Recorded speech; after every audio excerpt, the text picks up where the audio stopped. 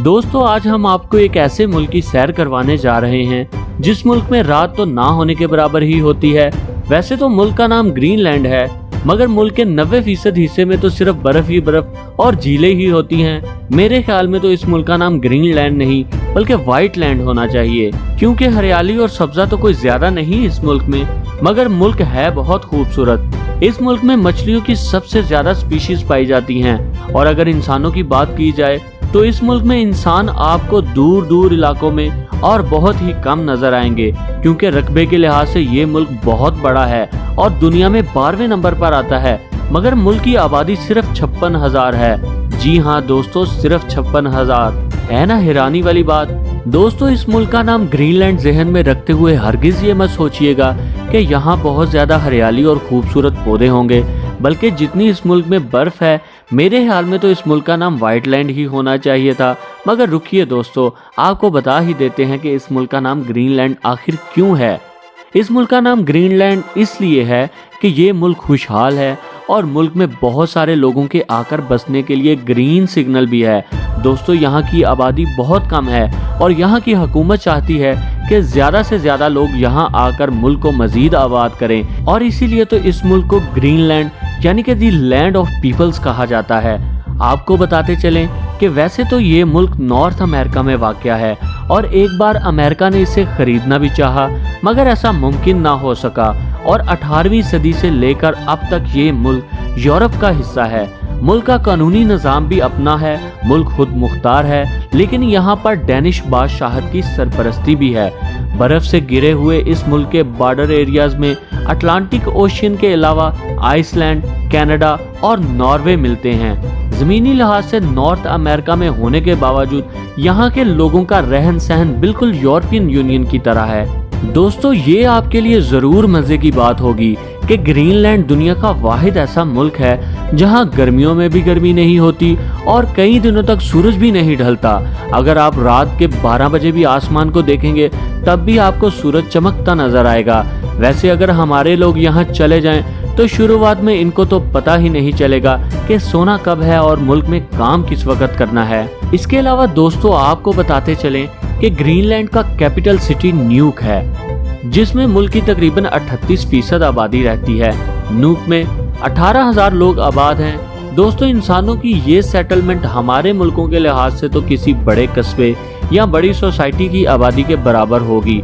यहाँ के रिहायशियों को ग्रीनलैंडर बोला जाता है और यहाँ की सरकारी जुबान ग्रीनलैंडिक है, लेकिन डेनमार्क की मोनार्ची होने की वजह से डेनिश और इंग्लिश जुबान का इस्तेमाल भी बहुत ज्यादा है इस मुल्क के अंदर। वैसे तो दोस्तों नॉर्वे ने भी एक वक्त में इस मुल्क पर हुकूमत की थी, मगर ज्यादा कामयाब सरपरस्ती का सहरा तो डेनमार्क को ही जाता है, और 1979 में डेनमार्क ने ग्रीनलैंड को अपने कानून बनाने और मुल्क को खुद मुख्तार होने की इजाजत भी दे दी थी, मगर बादशाहत तब भी अपने पास ही रखी। और फिर 2008 में ग्रीनलैंड के लोगों ने अपनी गवर्नमेंट के लिए वोट किया और वोटिंग के बाद यहाँ की कानून साजी का इख्तियार मुकम्मल तौर पर ग्रीनलैंड की पार्लियामेंट के पास आ गया, और फिर 21 जून 2009 को मुल्क के पास मजीद खुद मुख्तारी आ गई।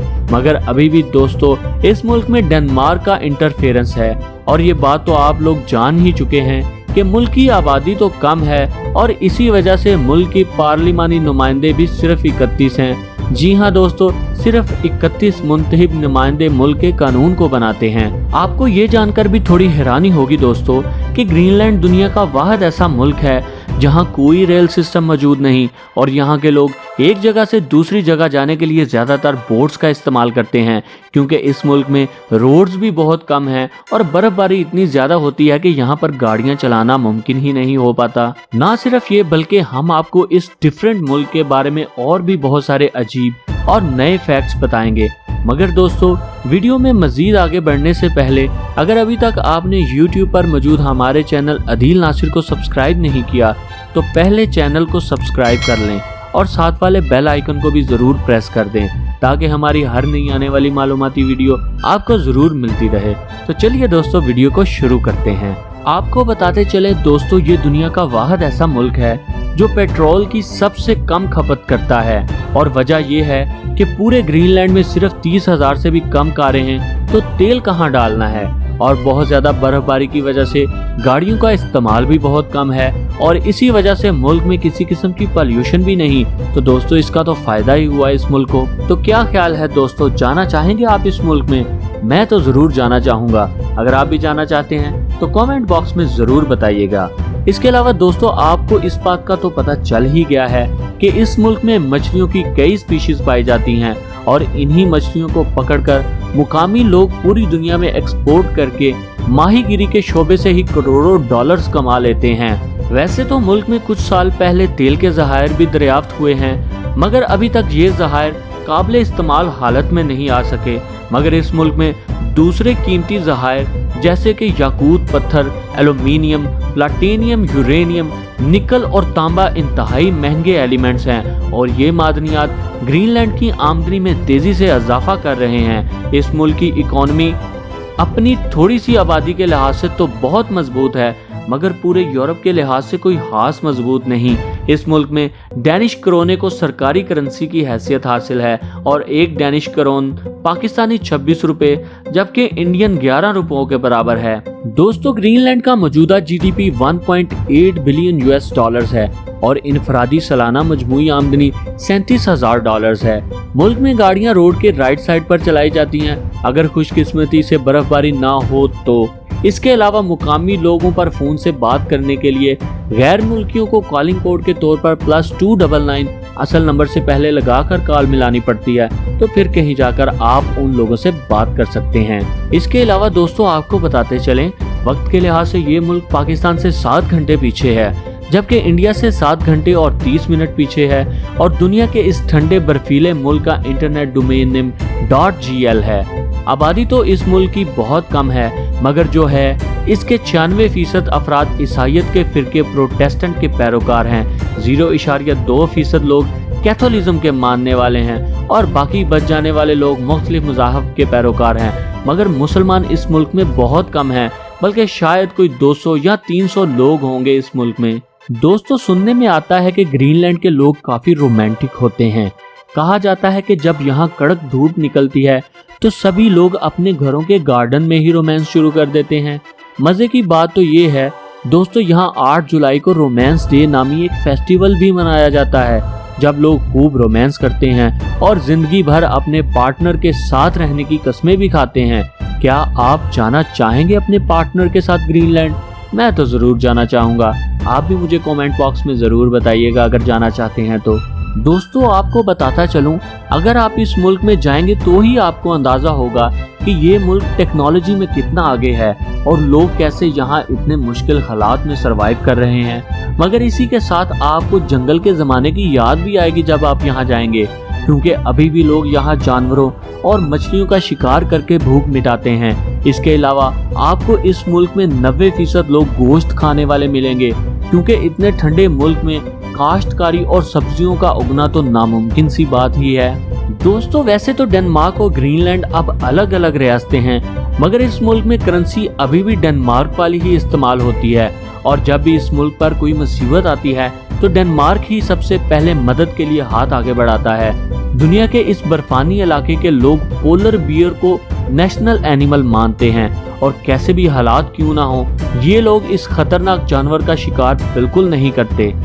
वैसे भी इतने खतरनाक जानवर का शिकार करना भी कोई आम बात तो नहीं है। इसके अलावा दुनिया में सबसे ज्यादा पोलर बियर भी इसी मुल्क में पाए जाते हैं। दोस्तों बर्फीले पहाड़ों और झीलों से घिरे हुए इस मुल्क में 8 महीने दर्जा हरारत -6 डिग्री ही रहता है और समर के महीनों में भी ज्यादा से ज्यादा टेम्परेचर 4 डिग्री तक पहुंच पाता है और ये बुलंद तरीन टेम्परेचर ज्यादातर जून के महीने में ऑब्जर्व किया जाता है और 21 जून को मुल्क का नेशनल डे भी मनाया जाता है।